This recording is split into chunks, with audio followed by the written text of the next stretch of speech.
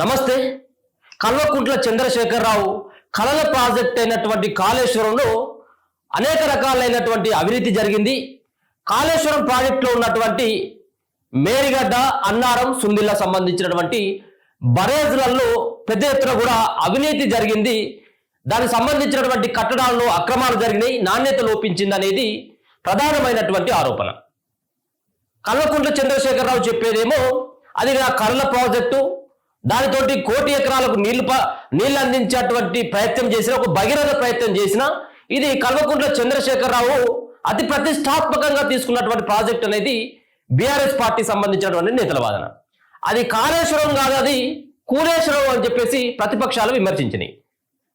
ఇక రాష్ట్రంలో కాంగ్రెస్ పార్టీ అధికారంలోకి వస్తే మొట్టమొదలు కాళేశ్వరం ప్రాజెక్టు పైన విచారణ జరుపుదాం, మేడిగడ్డ కుంగిపోయింది, అది 1,00,000 కోట్ల రూపాయల కుంభకోణం జరిగింది, అంత పెద్ద మొత్తంలో డబ్బులు వెచ్చించి కనీసం పట్టుమని 2-3 సంవత్సరాలు కూడా ఆ ప్రాజెక్టు నిలబడ్డటువంటి దాకా లేదు. దాని ద్వారా కరెంటు బిల్లు ఎక్కువైపోయింది కానీ నీళ్లు అయితే రాలేదు అనేది అప్పుడు ఉన్నటువంటి ప్రతిపక్షాల వాదన. సరే, ఏదేమైనప్పుడు కూడా తెలంగాణ రాష్ట్రంలో అధికారం మారిపోయింది, ప్రభుత్వం మారిపోయిన తర్వాత కాళేశ్వరం ప్రాజెక్టు పైన, ముఖ్యంగా మేడిగడ్డ కుంగిపోవడం పైన మరి ఒక కమిషన్ వేయడం జరిగింది. జస్టిస్ పిసి ఘోష్ సంబంధించినటువంటి కమిషన్. ఆ కమిషన్ ని ఇప్పటికీ 5-6 సార్లు పొడిగించారు. ఆ గడువుని 5-6 సార్లు పొడిగించారు. మళ్ళీ నిన్న ఆ గడువుని జూలై 31 వరకు మళ్ళీ పొడిగించారు. అంటే మళ్ళీ 2 నెలల వరకు పొడిగించారు. కానీ అసలైనటువంటి దొంగలని, ఈ కాళేశ్వరం ప్రాజెక్టులో ఉన్నటువంటి దొంగలని కనీసం విచారణకు పిలవలేదు. దాంట్లో 50-60 మంది అధికారులను పిలిచిండ్రు, వాళ్ళని విచారణకు పిలిచిండ్రు, ఆ సంబంధించినటువంటి ఆధారాలని సమకూర్చుకునేటువంటి ప్రయత్నం చేసిండ్రు. కానీ అసలైనటువంటి దీంట్లో కాళేశ్వరం ప్రాజెక్టులో చీఫ్ మినిస్టర్, అప్పుడు ఉన్నటువంటి చీఫ్ మినిస్టర్ చంద్రశేఖర్ రావే, చీఫ్ ఇంజనీర్ సైతం కూడా అప్పుడు కల్వకుంట్ల చంద్రశేఖర్ రావే. ఇంజనీర్ పని చేసిండు, అలాగే ముఖ్యమంత్రి పని. రక్తం అంతా దారపోసిన నేను, ప్రతి రక్తం పొట్టంతా కూడా దారపోసిన నేను, 80,000 పుస్తకాలు చదివింది దీనికోసంగా వచ్చాము. ఎవరు కూడా అంత చిక్కనటువంటి ఇంజనీర్లకు సైతం కూడా అంత చిక్కనటువంటి డిజైన్ రూపొందించారని చెప్పేసి కల్వకుంట్ల చంద్రశేఖరరావు ఏదైతే చెప్పిండో, మరి ఇప్పటి వరకు ఎందుకు పిలవలేదు ఈ 13-14 నెలల కానించి ఇక్కడ ఉన్నటువంటి కమిషన్ అని చెప్పేసి అనేక రకాలైనటువంటి విమర్శల్ని ఇప్పుడున్నటువంటి ప్రభుత్వం ఎదుర్కొంది. కాసేపు క్రితం ఒక బిగ్ బ్రేకింగ్ వార్త చూసుకోవచ్చు. కల్వకుంట్ల చంద్రశేఖరరావుకి జస్టిస్ ఘోష్ కమిషన్ మరి విచారణకు రావాలి.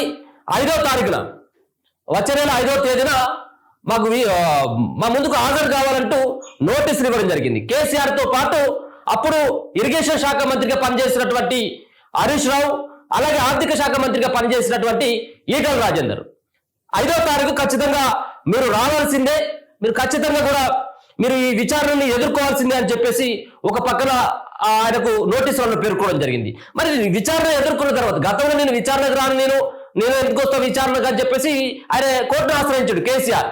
ఇప్పుడు తప్పనటువంటి పరిస్థితి, కేసీఆర్ ఖచ్చితంగా పోవాల్సిందే. అక్కడ ఉన్నటువంటి ఆ రోజు ఏ విధంగా ఆ డిజైన్ రూపొందించడం జరిగింది, ఏ ఇంజనీర్లు ఉన్నారు, ఎంత మొత్తంలో అయింది వ్యయం, ఎందుకు కూలిపోవడానికి సిద్ధంగా ఉన్నది, దాంట్లో ఉన్నటువంటి లోపాలేంది, అవకతవకలేంది, ఎవరు మీకు సహకరించారు, ఎట్లా పర్మిషన్స్ వచ్చినాయి. సో వీటన్నిటిపైన కూడా జస్టిస్ ఘోష్ కమిషన్ కూడా వివరాలు రాబట్టేందుకు ప్రయత్నం చేస్తూ ఉన్నది. అంటే 2 నెలల గడువు పెట్టిళ్ళు. ఈ 2 నెలల గడువు పెట్టినప్పటికీ మరి ఈరోజు 20వ తారీఖు, అంటే వచ్చే నెల 5వ తారీఖు, అంటే ఇంకొక 15 రోజులలో 5వ తారీఖు ఖచ్చితంగా ఆ కమిషన్ ముందుకు హాజరు కావాలంటూ ఆ ఉత్తర్వుల్లో పేర్కొనడం జరిగింది. ఇది ఒక బిగ్ బ్రేకింగ్ వార్తగా చెప్పుకోవచ్చు. ఇప్పటి వరకు ప్రభుత్వం పైన చాలా నిందలు వచ్చినాయి. హరీష్ రావు ఎందుకు పిలుతున్నారు, అసలైనటువంటి దొంగలే వాళ్ళు కదా. ఇరిగేషన్ మినిస్టర్ అప్పుడు పనిచేసినటువంటి హరీష్ రావుని ఎందుకు పిలవట్లేదు, ముఖ్యమంత్రి ఆయన ఉన్నాడు కేసీఆర్, ఆయన ఎందుకు పిలవట్లేదు, మరి ఆర్థిక శాఖ ఏ విధంగా పైసలు ఇచ్చింది, ఈటల రాజేందర్ ఎందుకు పిలుస్తారు, మరి పిలవకుండా చిన్న వాళ్ళని ఎందుకు పిలుస్తా ఉన్నారు దీంట్లో. అంటే కేసీఆర్ ని, హరీష్ రావుని, ఇలా ఉన్నటువంటి వాళ్ళని రక్షించడం కోసం ఇప్పుడు ఉన్నటువంటి రాష్ట్ర ప్రభుత్వం పనిచేస్తుంది అని చెప్పేసి పెద్ద ఎత్తున కూడా ఇప్పుడున్నటువంటి ప్రభుత్వం పైన నిందలు వచ్చినాయి. మరి ఇప్పుడు దీనిపైన నిందలు పోవాలన్నటువంటి ఉద్దేశమో లేకపోతే ఇంకేంటి అనేది తెలియదు. కానీ సరే, ఇన్ని రోజులు అయితే కాలయాపన చేసిన, కాలాన్ని పొడిగించిన వాళ్ళకి సంబంధించిన కమిషన్ ని ఈసారి లేటెస్ట్ గా పొడిగించినటువంటి ఈ 2 నెలల టైంలో దీంట్లో ఉన్నటువంటి అప్పుడు పనిచేసినటువంటి కొంతమంది ఇంజనీర్లతో పాటు ప్రభుత్వ అధికారులు, గతంలో ఉన్నటువంటిది ముఖ్యమంత్రిని, ఇరిగేషన్ మంత్రితో పాటు ఈటల రాజేందర్ సైతం కూడా రమ్మని చెప్పేసి అయితే పిలుస్తారు. ఇది ఏదైతే కాళేశ్వరం ప్రాజెక్టులో అతి ముఖ్యమైనటువంటిది, అత్యంత కీలకమైనటువంటిదే మేడిగడ్డ బ్యారేజ్. మేడిగడ్డ బ్యారేజ్ మొత్తం అంతా కూలిపోయేటువంటి దశకు వచ్చింది. మనం చూసాం, పర్రెలు వాసిపోయింది. ఇది చిన్న పర్రే కదా, దీనికి ఏమవుతుంది, దీన్ని సరిదిద్దుకోవచ్చు కదా, 4 సిమెంట్ బస్తాలు వేసి అతికించవచ్చు కదా అని చెప్పేసి దానిపైన వీళ్ళు సమర్థించుకునేటువంటి ప్రయత్నం చేస్తున్నారు బీఆర్ఎస్ వాళ్ళు. కానీ అది చిన్న పర్రే కాదు, అది దానిలో మళ్ళీ నీళ్లు నింపితే అదంతా కూడా మేడిగడ్డ బ్యారేజ్ అంతా కూలిపోతుంది. ఈ కూలిపోయినటువంటి బదనాన్ని అంతా కూడా కాంగ్రెస్ పార్టీ పైన నెట్టేందుకు అది నింపమని చెప్పేసి మళ్ళీ అంటా ఉన్నారు. ఇది అతికించిన అతికేది కాదు, మళ్ళీ కట్టిన ఉండేది కాదు, దీంతో లాభం లేదు, దీని ద్వారా రైతులకు 1 ఎకరానికి కూడా నీళ్లు పారింది లేదు, ఇది అంతా కూడా డబ్బులను దండుకోవడానికి కోసమే. ఒక పక్కన మెగా కంపెనీ ఏదైతే ఉందో ఆ మెగా కృష్ణారెడ్డికి సంబంధించింది, ఆ మెగా కృష్ణారెడ్డికి లాభం చేకూర్చేందుకు ఆయన దగ్గర నుంచి కమిషన్లు తీసుకునేందుకు మాత్రమే ఈ కాళేశ్వరం ప్రాజెక్టును కట్టిలు తప్పించి ఎలాంటి ఉపయోగం లేదనేది ఇప్పుడున్నటువంటి ప్రభుత్వంలో ఉన్నటువంటి ముఖ్యమంత్రి కానీ మంత్రుల యొక్క వాదన. అప్పుడు ప్రతిపక్షంలో ఉన్నప్పుడు కూడా అదే వాదన. సరే, అది నీళ్ళు ఇచ్చినా ఇయ్యలేదా, దానివల్ల ఏం లాభం అనేది ఇప్పుడు జస్టిస్ ఘోష్ కమిషన్ నిర్ధారించనున్నది. ఆయన పైన, ఎందుకంటే జస్టిస్ ఘోష్ పైన చాలా మంచి పేరు ఉంది ఆయనకు. ఆయన ఈ సంబంధించినటువంటి విచారణ సైతం కూడా పారదర్శకంగా ఉంటుంది, పార్టీలకు అతీతంగా ఉంటుంది, ఉన్నట్టుగా చెప్తారు అనేది ఆయన పైన ఉన్నటువంటి ఒక మంచి పేరు. సో ఇప్పుడు ఈ జస్టిస్ ఘోష్ పైన సైతం కూడా ముఖ్యమంత్రికి సైతం కూడా మంచి ఒపీనియన్ ఉన్నది అనేది తెలుస్తూ ఉంది. కాబట్టి ఇప్పుడు కోర్టులు ఆశ్రయించకుండా ఇప్పుడు నేరుగా ఈ కమిషన్ ముంగడికైతే వెళ్ళేటువంటి ఆస్కారం అయితే కనబడతా ఉంది. ఇదే ఇప్పుడు బ్రేకింగ్ కనబడతా ఉంది. ఇదిగో, మాజీ ముఖ్యమంత్రి బీఆర్ఎస్ అధినేత కేసీఆర్ కు కాళేశ్వరం కమిషన్ నోటీసులు జారీ చేసింది. జూన్ 5 లోపు కమిషన్ ఎదుట హాజరు కావాలని నోటీసులో పేర్కొన్నది. కేసీఆర్ తో పాటు మాజీ మంత్రులు హరీష్ రావు, ఈటల రాజేందర్ కు జస్టిస్ పీసీ ఘోష్ కమిషన్ కూడా నోటీసులు అందజేయడం జరిగింది. 5వ తేదీ లోపు ఖచ్చితంగా కమిషన్ ఎదుట, 5వ తేదీ అంటే అప్పుడు ఎప్పుడైనా పోవచ్చు. సో 5వ తేదీ లోపు మాత్రం, అంటే 15 రోజుల లోపు ఎప్పుడైనా కానీ మా ముందట హాజరు కావాలని చెప్పేసి ఒక పక్కన ఆయనకు నోటీసులలో ప్రత్యేకంగా కూడా పేర్కొన్నటువంటి పరిస్థితి కనబడతా ఉన్నది. అయితే ఇవాళ ఉదయం కూడా ఒక వార్త సంబంధించినటువంటి ఏదైతే ఆయనకు సంబంధించినటువంటి ఈ కమిషన్ గడువు పెంచిన తర్వాత మరి కనీసం ఇప్పటికైనా కేసీఆర్ పిలుస్తారా లేదా అన్నటువంటి ప్రధానంగా వినపడింది. అదే ఇవాళ కూడా బ్యానర్ ఐటెంగా ఇక్కడ చెప్పుకోవచ్చు. ఇగో, ప్రభుత్వం కాళేశ్వరం కమిషన్ గడువును మరో 2 నెలలు పొడిగించడం వెనుక ఆంతర్యం ఏమిటన్నది చర్చనీయాంశంగా మారింది. ఇంకెవరెవరిని విచారణకు పిలుస్తారన్న దానిపైన ఊహాగానాలు నడుస్తున్నాయి.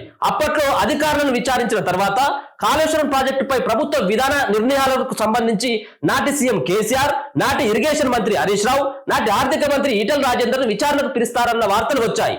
కానీ కమిషన్ మాత్రం వారిని పిలవలేదు. వారి వాంగ్మూలాలు లేకుండానే రిపోర్టు తయారు చేసి ప్రభుత్వానికి సమర్పించేందుకు రెడీ అయింది.